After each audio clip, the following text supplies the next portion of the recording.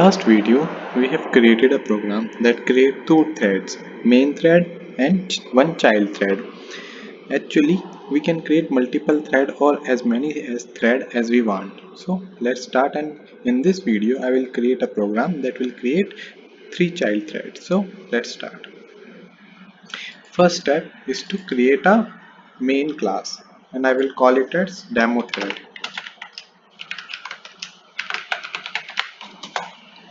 It is created now. Let me create a main method quickly. Done. Another class I want to create is called multiple thread. Is created. Now I am going to implement the multiple thread class by runnable interface. I will write implements runnable. As usual, I have to override the public void run method. Uh, there are two variables I want to create. One is the name of the thread, because here I have different threads, so I will have different name for each one of them. So I will type string name, which represent the name of the thread, and one of the thread t, which is the thread reference. Next I will make a constructor of this class, initialize the thread t is equal to new thread. Now this have two arguments. One is the runnable instance and another one is the name. Also, I want this method to be have one argument, which is thread name, and this thread name I want to set this name variable to this thread name. It is done now, and let me pass this name here.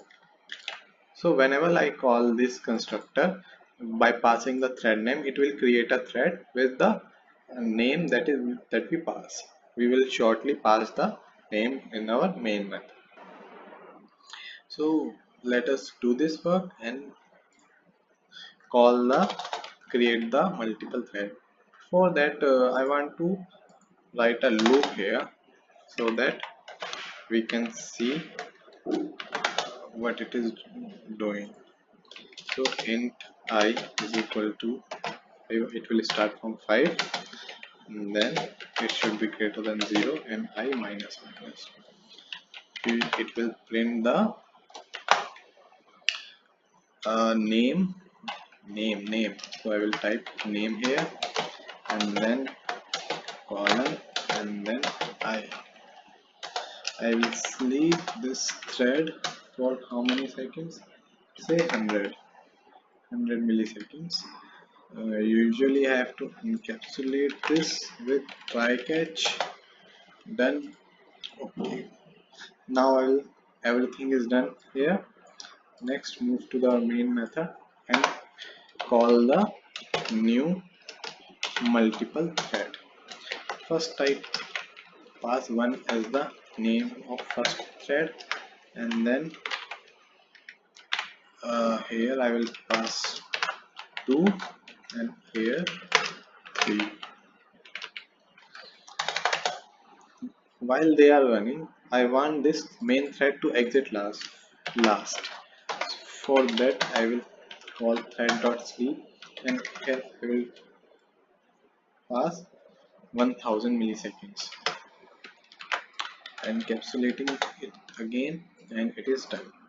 So how our program run is to start from here, and then this method is called. This method goes here, and then I forgot one thing to start the run. So I must write t dot start. So the name is set and the new thread is created with this name, and then when I call start, it will call run. Now it will print the name, colon, and the number. and it will sleep for some time. So let us run the program.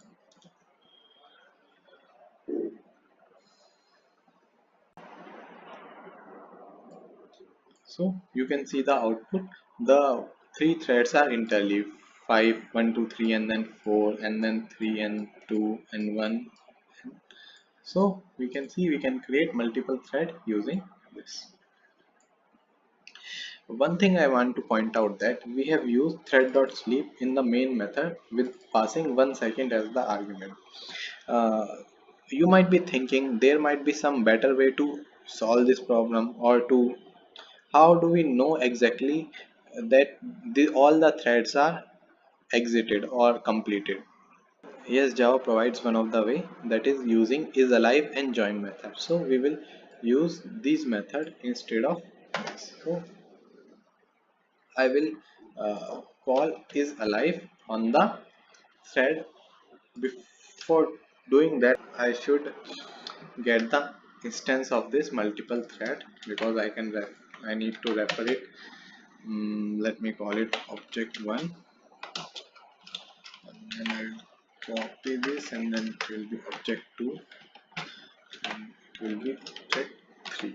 Now I get the reference of this multiple thread, so I can call object 1 dot t dot is alive.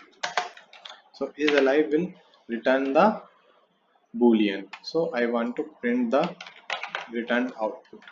So I will write is 1 alive, and then I will uh, copy, cut and paste it here. Similarly, is 2 alive. So I will type here 2. Is 3 alive. Type 3 here.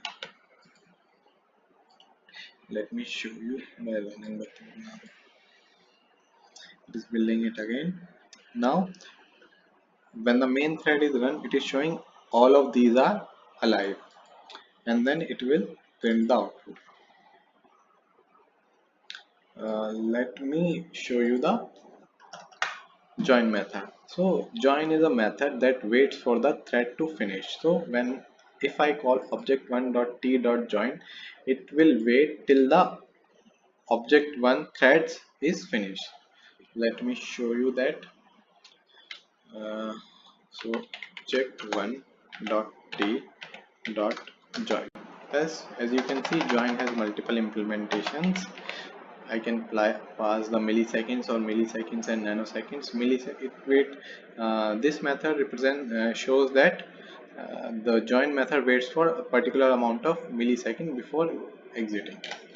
Now I just want to use this method, and then similarly for other second and third objects.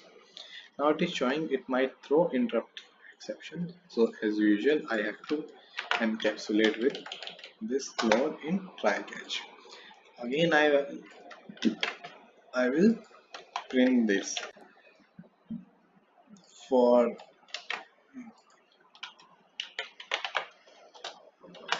purpose of before join, and then it is after join. Let me run it again. So you can see before join all of them are alive, then they will do some work, and after everything is finished, at this point the thread of object 1 waits till it is finished, and after that I will print the I have print the object 1 2 3, because they are waiting, they have finished here, so it returns the false.